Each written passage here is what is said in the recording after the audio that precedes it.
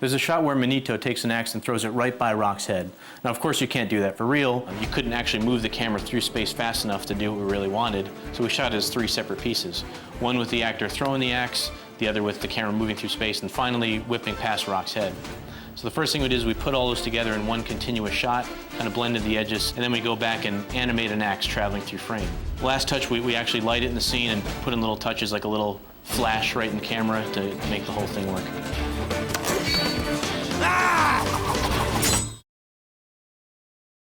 Well, I have a production company at Universal called Identity Films, and mainly started that because of my experiences on other films. I felt like there's a chance to do something different and make a change in this crazy town. Send some scripts, send any scripts. I basically read everything. And who knows, American Pie started from a guy who, it was pretty much his first script coming out of Michigan, so I think anything is possible. Both Rock and I are Tauruses, and I always think that's always like an odd, like, it can be an odd connection thing, but I don't know, I'm always fond of looking at who else is a Taurus in this industry, people like Stevie Wonder, and they're usually just very, very talented, very confident, very strong-minded individuals, exactly the same thing sort of exuded from Dwayne, and I'm really glad to have befriended him, and I wasn't surprised that we became so close after working on this so closely together. Beck vision is a term that we used in the effects side to illustrate when Rock enters a room, it's nothing supernatural, but he just has a really heightened sense of awareness. So what we did was we went and we shot a bunch of little clips, starts with a close-up of his eye, push into frame. Then we did a bunch of close-ups of little bits and pieces of the gun closet. We do a little push into the gun closet, kind of a slow push in that we'll speed up later. Then little bits of, close-up of the triggers, close-up of pistols on the wall, close-up of some bullets on the rack. All these were shot really slow, knowing that we'd go back and speed them up and add little 2D transitions to kind of blend them together and make it feel like a nice, really energetic, mind's eye kind of event.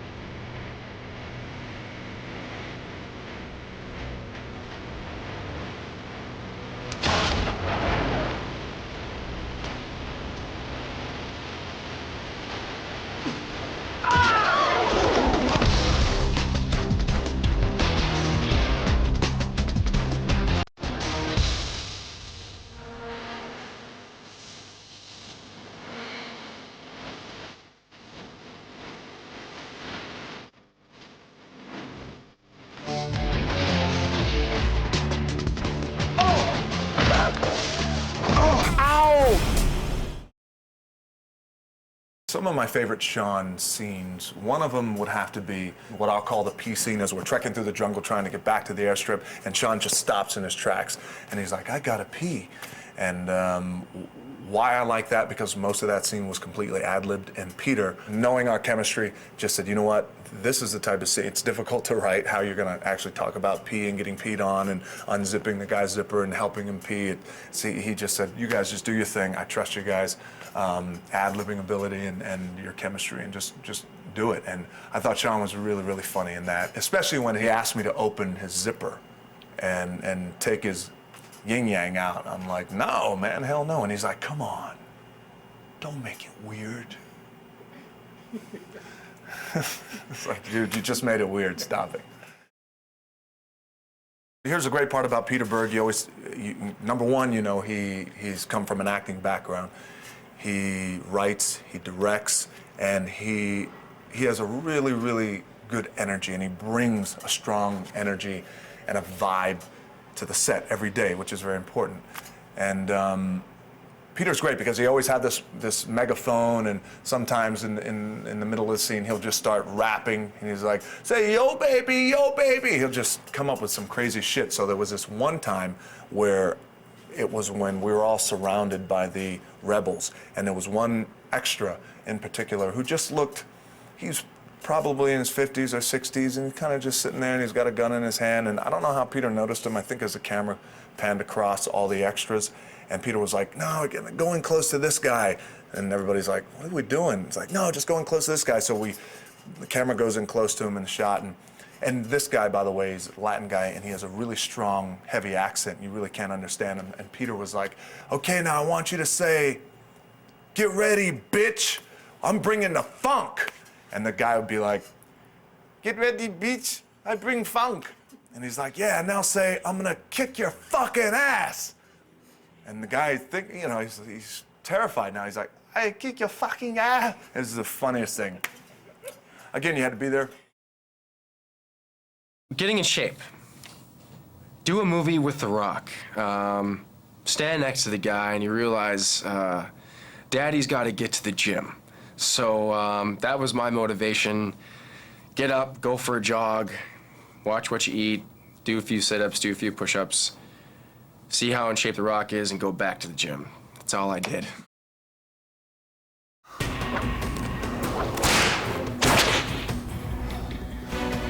Great. First thing you have to do in any CG shot is track the camera. For us to put something synthetic into the scene, you have to know where the real camera was in space so that our CG objects and our 3D objects move in the right plane. So with the whip shots, you start off with the Rock and the actors miming the action they're going to do.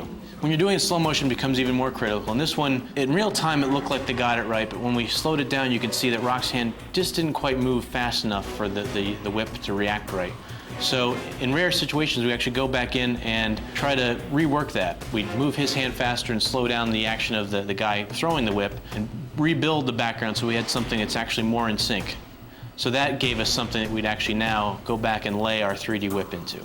Once that's done, an animator will figure out how the whip moves, give it a little action, kind of have it dramatically come right past the lens, and then go back and light the shot, add a little dust hits, and all the little final touches that make you think that it was a real thing.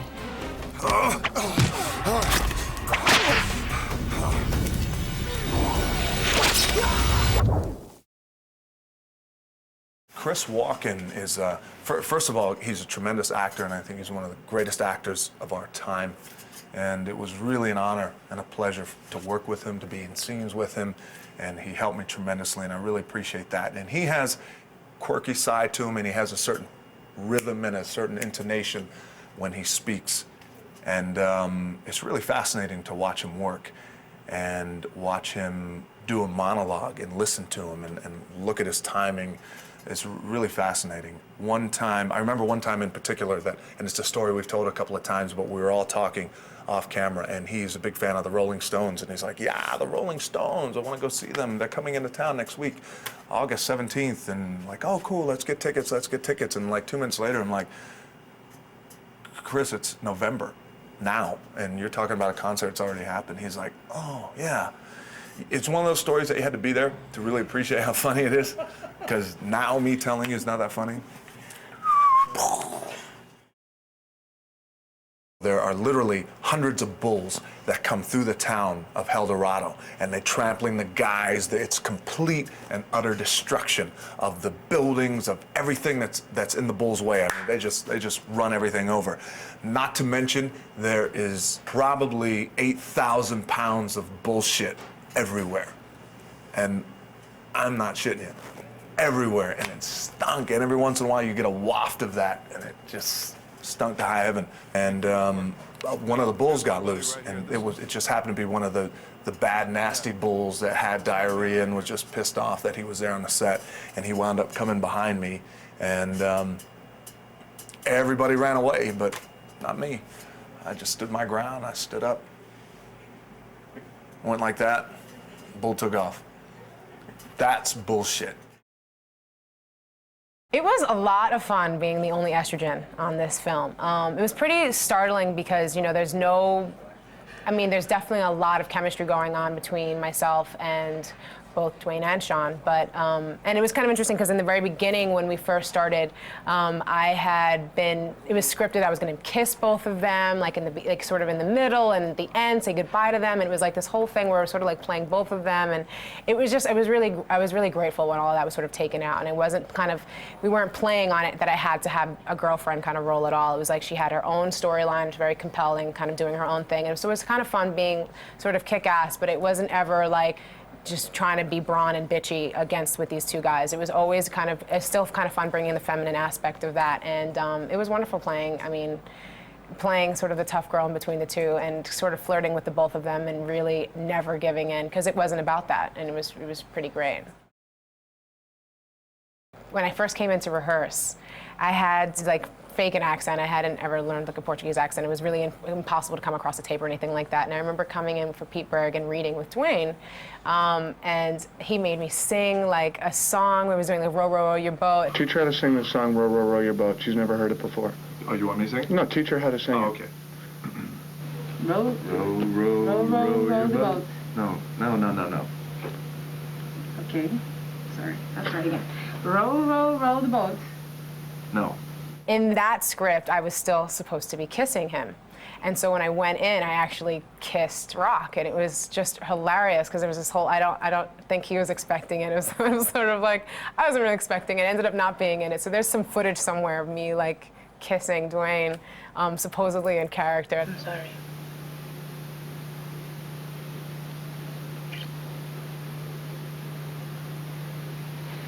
And I was just like, regardless, this is a good audition. First of all, Rosario's fantastic. Great actress, beautiful woman, extremely smart, driven and focused, and knows exactly what she wants to do. And these are all qualities that I can appreciate in a woman. And she was great to work with. A funny story is when we were casting for that role, and Peter and myself, as well as the Universal Studios, and it's really important, especially if it's the female lead in the movie with the male lead, you want to make sure you have good chemistry. So I insisted that I was there helping cast and just be in the room at the same time. And Rosario was one of the girls I read with, and when we read for the role, Peter Berg was like, okay, and you know what, guys, why don't you just pretend you're on a boat, and Rock, teach her how to sing Row, Row, Row Your Boat. Your boat, I mean your boat. Row, row, row. Well, let's just say your boat. Row, row, row your boat. Row, row, row your boat. Gently down the stream. Gently down the stream. Merrily, merrily, merrily, merrily. You got I it? don't know. Merrily. Merrily, you just said it. Merrily. Yeah, there you go. Is that a Mary? Is it a person? Merrily. Cut!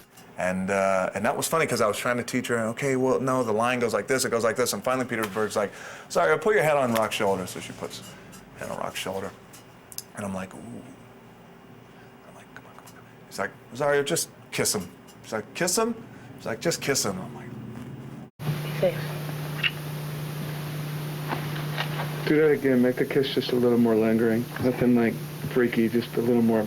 You're saying goodbye. Don't do it again. Is he lying? Don't do this. I have to. I'm sorry.